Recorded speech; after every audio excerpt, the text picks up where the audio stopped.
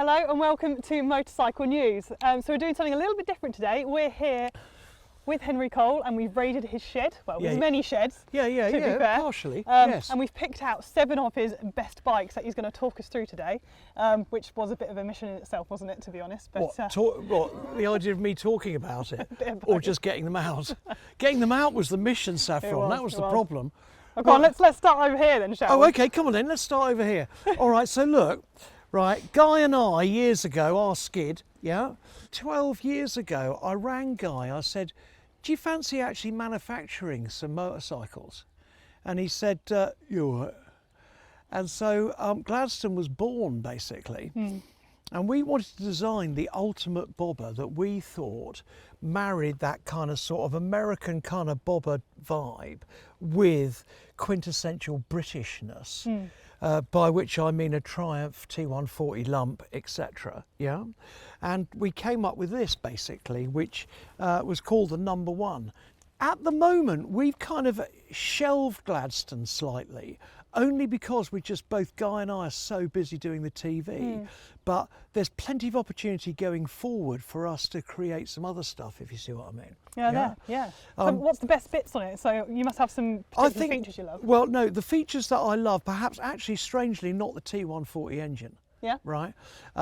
Thanks to Alan Milliard and his geniusness, we've geared it so it really is docile, if you see what I mean, which is what we wanted.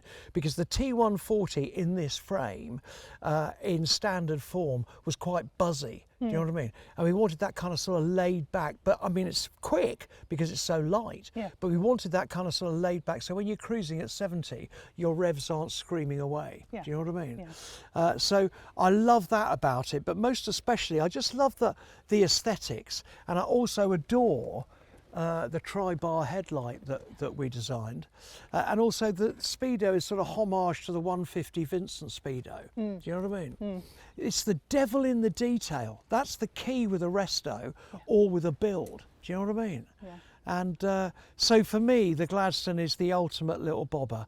If anyone else likes it, I hope they do. If they don't, I don't give them monkeys. So that's one you built from the ground up. But, yes. But we've got a couple of restos in here, haven't we? So let's move on to this. Now then, So what have we got here? So, right, I think my biking life started properly. My obsession and love started with the Gixxer Slabby, right? And so consequently, you've got to have one in my collection, haven't we? And we restored this, a ground up resto. It was a bit rough. I bought it, I think, off a lovely geezer called Graham. It was a bit rough, but still, you know, we still gave it the ground up tip. Do you know what I mean?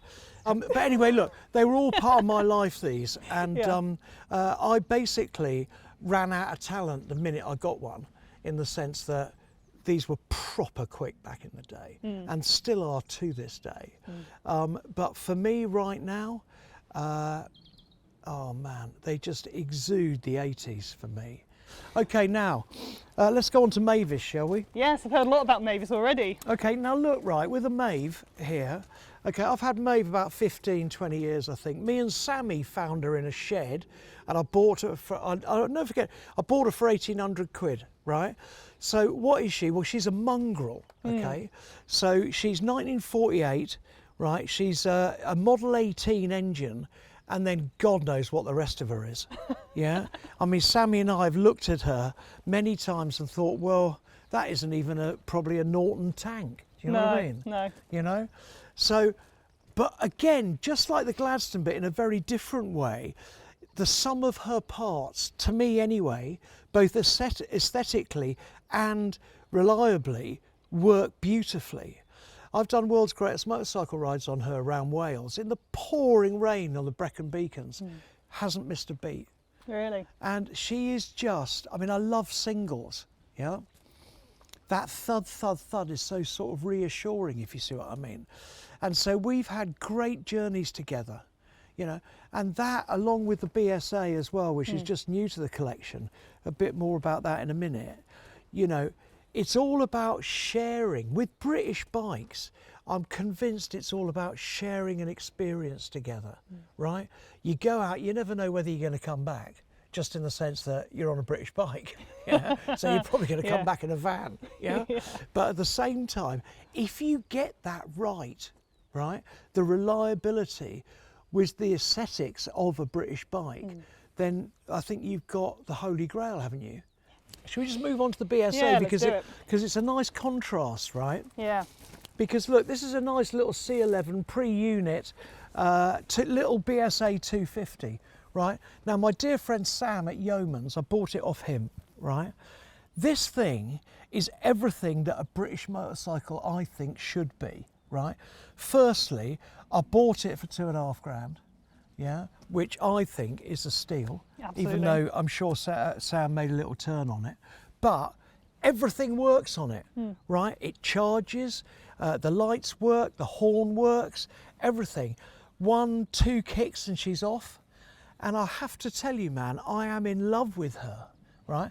And what is interesting, both with this 500 single and this 250 single, is it's all about getting older disgracefully, right? Okay, so look, at my venerable age, a Martin like that I've got to be careful on. Do you know what I mean? Because my reaction time is relatively slow, yeah? But with these two, it's all about the journey, right? Because you get to my age and you're worried about the destination, which should be a small box, yeah? And my wife putting these all up for auction, yeah? So consequently, you know, it's lovely to have motorcycles that, you know, aren't so heavy, yeah? And also, look, she'll cruise at 45, 50. You know, Maeve cruises at 55. You know, that's enough for me. You know, unless I'm doing straight line stuff. You know, and then you know, I get the red mist and I'm off.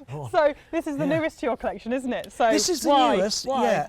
And well, the thing is that we do a series called Junk and Disorderly on Blaze and on ITV4, and we earned the money from auto jumbling. And part of that money we bought that. So me, Al, Guy, whatever, we can just buy that. We can just you know, take it in turns or take it for the weekend or do whatever we want to do with it. It just so happens that I garage it here. So we were well chuffed with that. Do you know what I mean? Yeah, absolutely. And I just wanted to show it to you only because, you know, I just think that is just such a beautiful thing, man. Isn't it? What are you going to do with it? Oh, ride it. You know, which will be a revelation for me because I never get time to do anything. But I just love it, you know. I just, oh, it does something to me. I've only had it about 2 weeks. Yeah. And oh yeah, man, it's just lovely. It's everything about Great Britain that I love. Do you know what I mean? It is beautiful. It is lovely, isn't it? Yeah. You know. And anyway, look, there you go. That's me BSA 250 C11. Oh yes, mine's a large one. I love it. Cool. Shall we go backwards a bit? We'll have a look at something that's completely different from what you call a British bike. Okay, so now weirdly, right, I mean, I think a lot of folks have seen this before, but at the same time, it really epitomises what I love about vehicles and their history and how they have influenced design, you know. Now that may be a helicopter, it may be an MGA, it doesn't matter to me, but most importantly it's about motorcycling. And this is an Uncle Bunt, right? Now John Reed, back in the 70s, British geezer, yeah, designed, he was one of the very first to actually design chopper frames in the UK, right? Okay, and he's iconic to me for how he developed that whole concept. And what I love about his frames is that a lot of them, you could put a T140 Triumph engine in, like this one, yeah? And obviously this was a ground-up restoration a few years ago that me, Alan and Sammy did, yeah? And to me, I just, look at it, man, I love it. I absolutely love it. Yeah, no, I have taken her out quite a lot, but at the same, she is a handful. Yeah. Okay, so look, with these rabbit ear bars, the first corner I came to, right, with these, holy crap, right, I started paddling, okay, because I was terrified, okay, and then I realised what you've got to do with these things. You go into a corner, you've got to pin it. You've got to blooming open it up, right, and go for it. And then it handles. If you let off, you're in the hedge. Honestly. Okay. With the rabbit ear bars like that, I mean, it is quite scary. And again, pothole central. Well, yeah. I've got to tell you, So Sammy took it out a few years ago. Yeah. And he hit a pothole and bent the forks. Really? Right? They kind of bananaed. So I said to Milliard, Milliard, how are we going to fix that? He goes, yeah, I can do that. Okay. He talks very quietly, Milliard. So he tied a ratchet strap to the forks and to the frame, right, and ratcheted it in, and suddenly it went ping, back again, done. Oh really? I so thought I was going to the have same to. ones? Yeah, I was going to have to get some new forks made. Oh, amazing! But no, Alan fixed it like that. The man's a genius. Yeah. You know. Yeah. Just wish I had just an ounce of his mechanical expertise. Well, I haven't got a chance, have I? I think most of us anyway, do, don't they? Look, another ground up over there. Do you want to have a look, Saffron? Yeah, go on then. Right, come on. Now, Saffron, this is part of my biking life. When I couldn't really afford a lot, I went to Mocheck back in the late 70s, early 80s, again with Guy, actually. And we were both in love with Moto Martins. So we used to go to Mocheck on Clapham High Street, and we used to go up to the glass. They wouldn't let us in probably. And we were like that against the glass, like that. And in there, they were one of the distributors of Moto Martin. And there were bikes like this in there, right? Obviously the holy grail was the CBX Moto Martin, which I would love to find a good one, but I can't find one. Well, I can't find one for sale, put it that way. Yeah. But this is a Suzuki GSX-R1100, yeah, Moto Martin. And that was in a terrible state when we bought her, right? I mean, terrible, terrible state. Just basically it was a load of bits, right. Yeah. And so Alan and me and Skid and everyone, we got involved and came up with that. I have to tell you, Moto Martin, Georges Martin, you know, because he's French, right? He's still alive. Is he? And he made that monocoque for us. Oh, amazing. Yeah? I mean, how cool is that, you know? And obviously, this, Harris, Nico Baker, Goodyear Genu, all these European sort of small designers, yeah, small frame makers, etc., and body fabricators, they all answered the issue in the late 70s that, you know, the Z1s had come in and all that kind of stuff, and the engines were just unbelievable from Japan, but the frames were lacking, yeah, as regards their handling, etc. So those handful of European body shops and frame designers built a whole array of frames and bodywork to go with those engines, and Moto Martin was one of them. As I say, Goodyear Genu. Actually, yeah, it was quite a lot in Nico Baker, Backer or whatever you call it, Harris, Spondon. You know, the list goes on.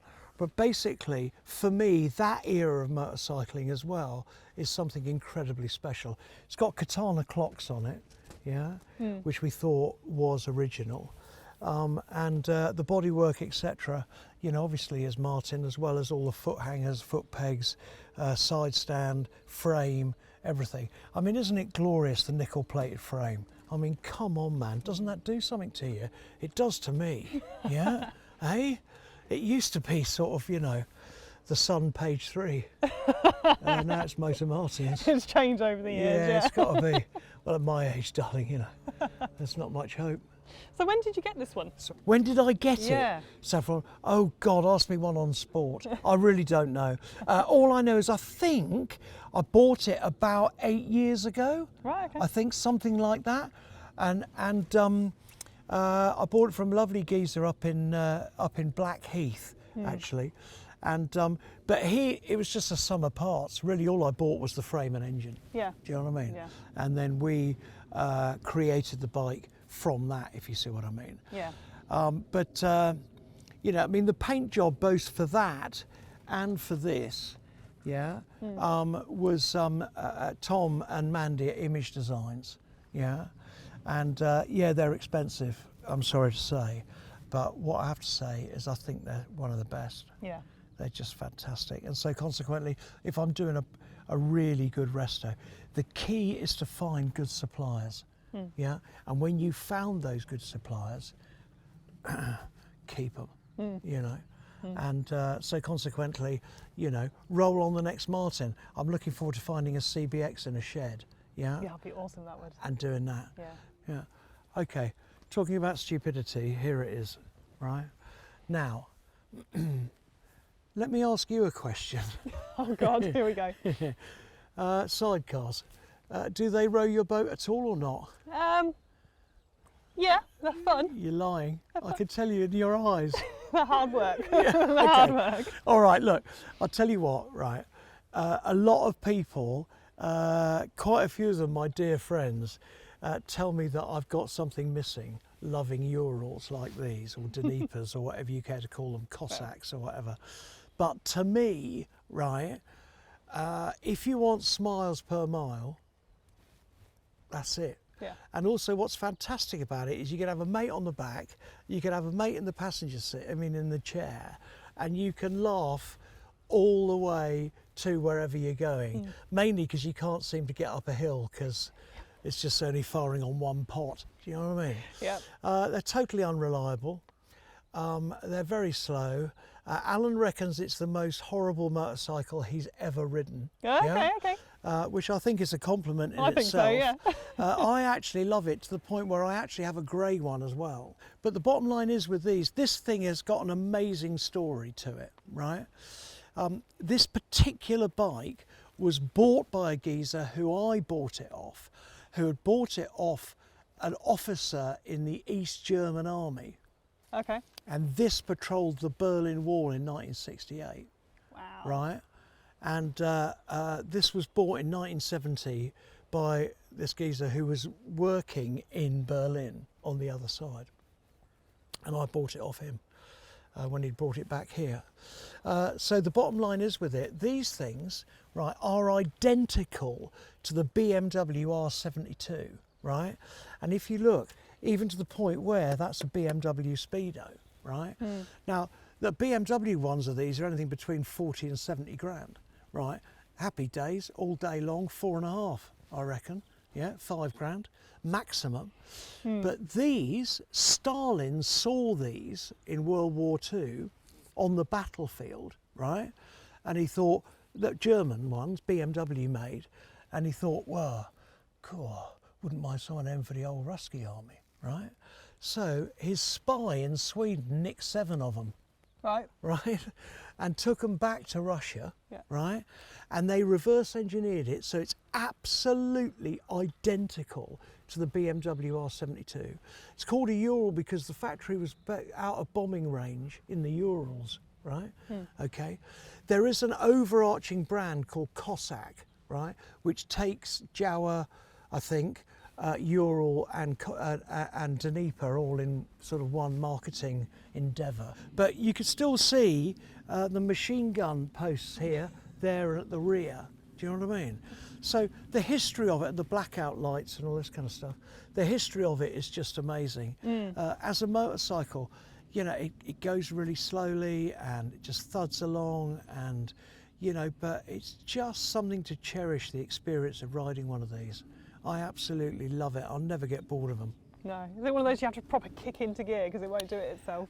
Yeah, no, it just won't do anything. In fact, the plugs are out at the moment because I'd lost a spark. Oh, that is typical me, right? So I lost a spark. So Alan Milliard turned up yesterday. I said, oh, it's not sparking. He goes, that's because, where's the rotor arm? Oh, God. All right. He goes, there's no rotor arm. No wonder it's not sparking. There's me trying to kick it all Sunday, right? Okay, totally useless.